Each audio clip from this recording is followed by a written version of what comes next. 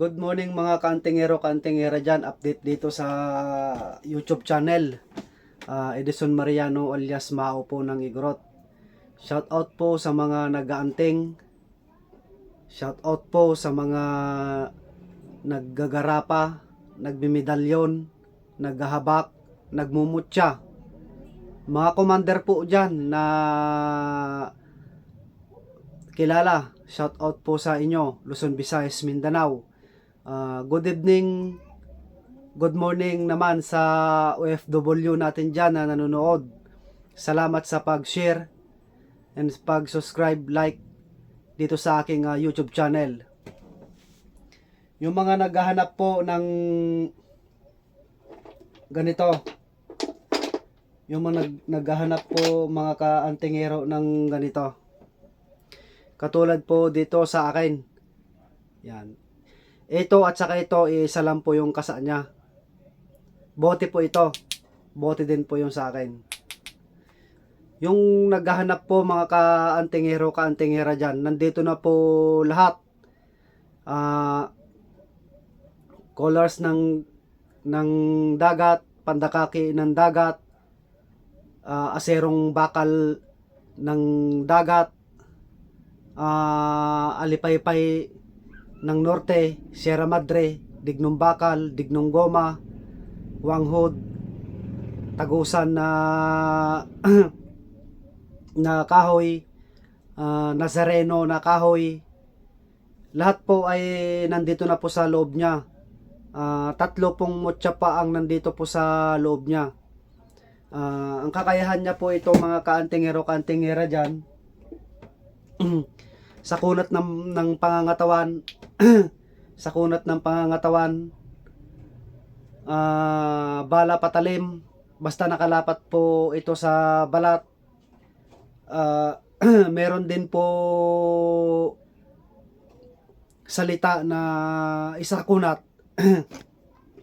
Paalala po mga kaantingero, kaantingera dyan, wag nyo pong kakalimutan pagkaitangan nyo po ito, wag nyo pong kakalimutan na humingi sa taas muna ng pahintulot before nyo po ibigkas yung orasyon.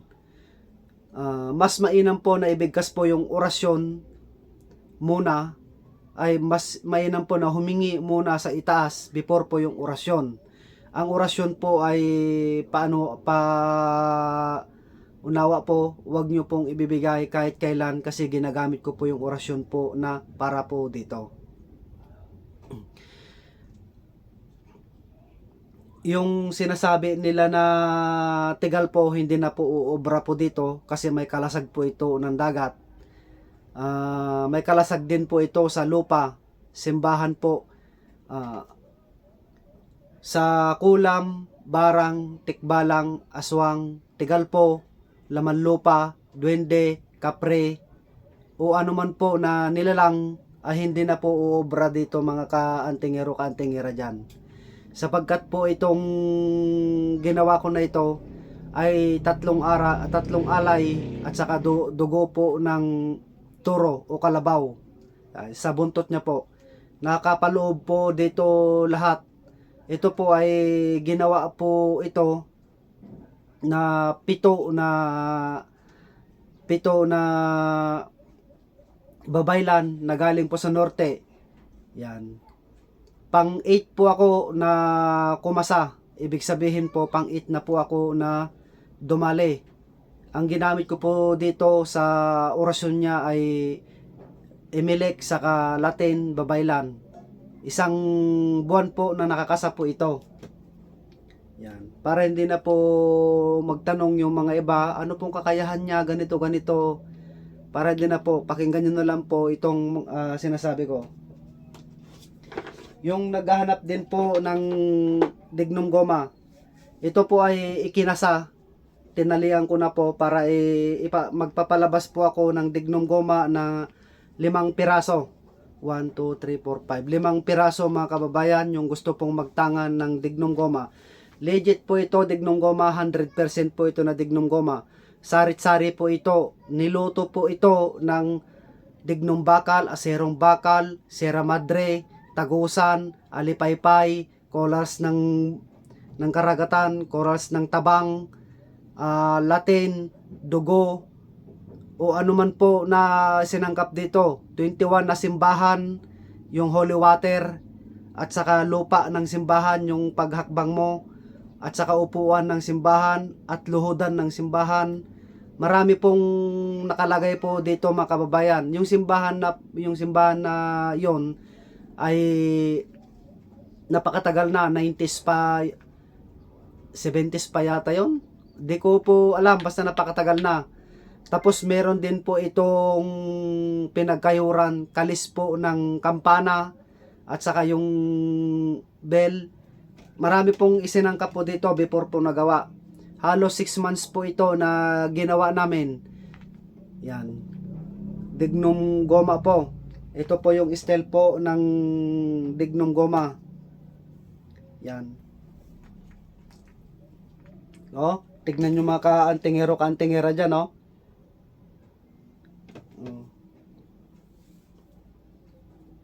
Talagang kilabutan ka mga ka-antingera. Ang bagtangan po ng ganito ay hindi po basta-basta. Yan. 5 po yung ipapalabas ko. Yung mga gusto pong magtangan mga ka-antingera dyan, message lang po sa akin. Yung gusto pong magtangan po ng langis na tagabuhay. Yan. Nandito po mga ka-antingera dyan. Langis po ng tagabuhay mga ka-antingero dyan. Malaki po yan, 15 ml po ito mga ka-antingero dyan. Ito po yung langis sa tagabuhay. Ganito po ang process niya po ito upang magamit nyo po. Kunwari, naghihingalo. Pagka binuksan mo, humingi ka muna sa itaas. Mahal na Panginoon, ganyan. Humingi po ako ng pahintulot sa iyo na dagdagan po itong buhay niya ito, na hindi wag niyo pong kunin. Kung ano po yung ibibigkas nyo. Yan. Sabay bukas po ay sabay ihip po dito sa loob niya. 3 patak o 4 na patak sa bunganga ng naghihingalo, tapos hihilutin mo. Pagka dumaloy na doon sa loob ng katawan niya, mga ka-antingero dyan, muling mabubuhay po. Langis po ng taga-buhay po ito. 100%. Yan. Pagka hindi po umubra, ibalik nyo po sa akin. Totoo po sinasabi ko, 100%. 100% po ito. Pag ikaw naman po nahihilo, amuyin mo lang po ito, buksan mo, amuyin mo lang po. Pagka ikaw po ay balisa, amuyin mo lang din po. Pag sumasakit ang ulo mo, lagyan mo po dito sa sentido mo, tapos kurusan mo ang noo mo, amuyin mo din po. Ito po, direct po ito. Wala po itong ibibigkas na orasyon o Latin o anuman. Siya nga pala, yung dasal na sinasabi, pakinggan nyo po aking sinasabi, iba po yung dasal, iba po yung orasyon.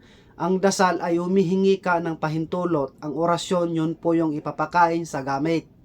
Yan, palagi nyo pong tandaan mga ka-antingera dyan, ito po. Ang kasama niya pala ito mga kababayan, ay itong kahoy na ito. Ang kasama niya. Yan, ito po yung kasama niya mga kababayan, katamdim niya. For example po mga ka-antingera dyan, ito, isang ganito po at saka isang ganito. Yan. Isang ganito po mga ka-antingera dyan at saka isang ganito po. Ito po ay may orasyon. Ito po ay kwentas po ito mga ka-antingera dyan. Yan. Kwentas po ito. Oh, tignan mo mga ka-antingero kung anong bisa niya. Oh. Tayuan yung mga balahibo ko po. Yan. Ito po yung kasama niya. Yan. Ito po yung kasama niya. At ito naman po yung tagabuhay. Wala naman po silbi ang tangan pagka wala ka pong tagabuhay. May tangan ka nga po, hindi ka po kakapitan ng kulang barang o anuman pong masamang elemento. Hanggang doon lang po yung kakayahan mo. Hindi ka naman po pagka ikaw po ay naghihingalo, alangan nalunukin mo po ito, alangan na dasalan mo yung dasal niya po ito na bang buhay sa'yo. Hindi po. kailangan mo din po ng ganito langis na tagabuhay po. Yan. Paano pong proseso niya? Paano po proseso niya? Ito po ay marami po itong sinangkap at marami po itong procedure kung paano po ginawa ang langis na tagabuhay. Yan. Yung gamit mo, pahiran mo, mabubuhay po. Ito po ay nakulo. Nakulo po ito, 100% po ito. Ang kakayahan niya, baka po ay may magtanong. Ang kakayahan niya po ay kulang, barang, aswang, tigalpo, tikbalang, kapre, laman, lupa, duwende. Yan. Ang kakayahan niya po ito. May kakayahan din po ito na tagabulag po kasi po yung orasyon niya. May kakayahan din po ito sa kunat po ng katawan at ligsi at malakas po sa pangangatawan. Yan. Paalala po mga ka-antingero-kantingera dyan. Itong suot ko na po ito, ay pinalitan ko ng mas mainam o mas mabisa. Ito pong tinatawag po na ganito, dignum goma. Yan. Ang procedure niya po ito, wag nyo pong kakalimutan, kagatulad po ng sinabi ko po sa inyo, ay hindi po basta-basta na magtangan po ng dignum goma at saka lana de guerra. Ang lana de guerra po ay tagabuhay po yan. Tagabuhay ng gamit. Tagabuhay po ng yan. Ito po yung proseso niya mga ka-antingero-kantingera dyan. Iisa lang din po ito. Ang kasa niya. Iisa lang din po yung kasa niya mga ka-antingero-kantingera dyan. Iisa lang din po yung kasa niya. Isang set. Yan. Salamat po sa inyo sa panonood and pag-subscribe, share, and like dito sa aking YouTube channel. Muling nagpapasalamat po ako sa inyo. Maraming salamat po. Good morning po sa inyo.